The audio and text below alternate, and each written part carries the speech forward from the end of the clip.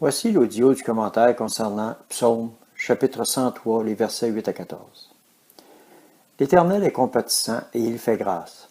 Il est lent à la colère et riche en bienveillance.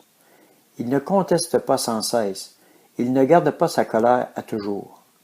Il ne nous traite pas selon nos péchés et ne nous rétribue pas selon nos fautes. Mais autant les cieux sont élevés au-dessus de la terre, autant sa bienveillance est efficace pour ceux qui la craignent. Autant l'Orient est éloigné de l'Occident, autant il éloigne de nous nos offenses. Comme un père a compassion de ses fils, l'Éternel a compassion de ceux qui le craignent.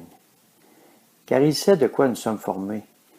Il se souvient que nous sommes poussière. Commentaire. Qui connaît la bonté infinie de notre Père? Quand je lis le psaume 103, j'y vois un Dieu qui aime. J'y vois un Père compatissant.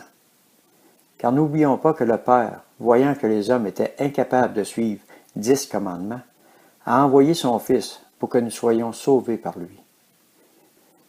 Jean chapitre 3, les versets 16 et 17. Car Dieu a tant aimé le monde qu'il a donné son Fils unique, afin que quiconque croit en lui ne périsse pas, mais qu'il ait la vie éternelle. Dieu, en effet, n'a pas envoyé son Fils dans le monde pour juger le monde, mais pour que le monde soit sauvé par lui. Alors pourquoi tant de prédicateurs, d'enseignants sont si drastiques et envoient le monde en enfer? Le Seigneur est amour. Le Seigneur est pardon. Le Seigneur est compatissant et lent à la colère. Le Seigneur notre Père donne une chance à tous de se repentir et d'avoir la vie éternelle. Jusqu'à la fin de cette vie terrestre, le Seigneur cherche à récupérer les âmes perdues. Alors, s'il cherche à récupérer, ce n'est sûrement pas pour les envoyer à la perdition après. Sinon, qu'est-ce que le sacrifice de Jésus à la croix? Pourquoi et pour qui son sang a-t-il coulé?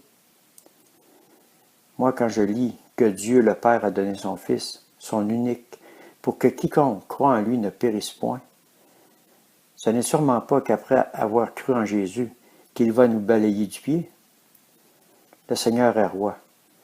Et ce n'est pas à nous de dire qui sera ou ne sera pas sauvé. Marc, chapitre 10, versets 26 et 27. Les disciples s'étonnaient encore davantage, se disaient les uns aux autres.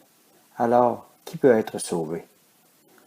Jésus les regarda et dit, cela est impossible aux hommes, mais non à Dieu, car tout est possible à Dieu. Oui, tout est possible à Dieu, car notre Dieu est le Dieu de l'impossible. Avec lui, tout est possible. Alléluia. J'avais un de mes frères qui blasphémait et ne croyait pas en Jésus. Il a eu un cancer qui l'emporta. Mais avant sa mort, il a vécu une expérience qui a fait qu'il s'est repenti et est parti en paix. Voilà mon Dieu, mon Seigneur, mon roi, en qui je crois. Un Dieu de miséricorde et d'amour. Alors la prochaine fois, avant de juger quelqu'un et de le prononcer perdu, digne des flammes de l'enfer, pense que notre Dieu est riche en compassion et en miséricorde, car Dieu est amour. Verset 13. Comme un père a compassion de ses fils, l'Éternel a compassion de ceux qui le craignent. Soyez richement bénis, pardonnés, purifiés, restaurés, au nom de Jésus-Christ, Fils du Dieu très haut, le seul nom par lequel tous peuvent être sauvés. Béni soit son saint nom pour l'éternité. Amen. Actes, chapitre 4, verset 12. Le salut ne se trouve en aucun autre, car il n'y a sous le ciel aucun autre nom donné parmi les hommes, par lequel nous devions être sauvés. Philippiens, chapitre 2, les versets 9 à 11.